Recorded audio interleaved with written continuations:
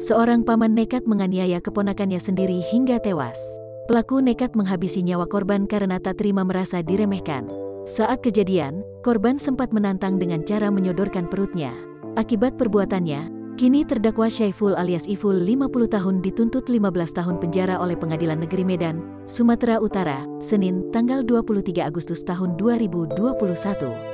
Jaksa menilai, warga Jalan Gulama Medan Belawan itu terbukti bersalah melakukan pembunuhan terhadap keponakannya Muhammad Syidik.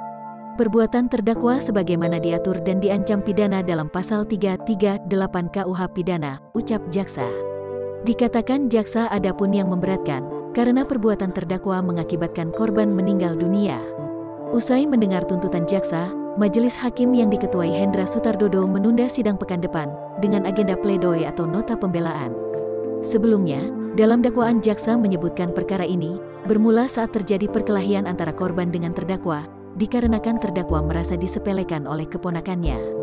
Dikatakan jaksa, terdakwa merasa sakit hati karena kepala terdakwa dipukul di depan umum oleh korban, sehingga terjadi perkelahian antar keduanya dan dipisahkan oleh warga.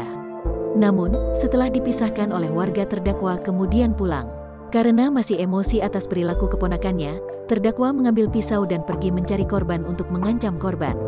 Saat terdakwa bertemu dengan korban di Jalan Kakap, korban menantang terdakwa sambil menarik baju ke atas dan menyodorkan perutnya.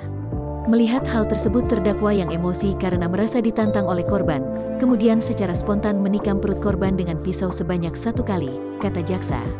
Korban yang terluka melakukan perlawanan dan melarikan diri menuju Jalan Bandeng dan terdakwa juga mengejar korban yang melarikan diri. Setibanya di persimpangan Jalan Bandeng tepatnya di depan kedai nasi saksi Jamila, korban yang terluka meminta bantuan.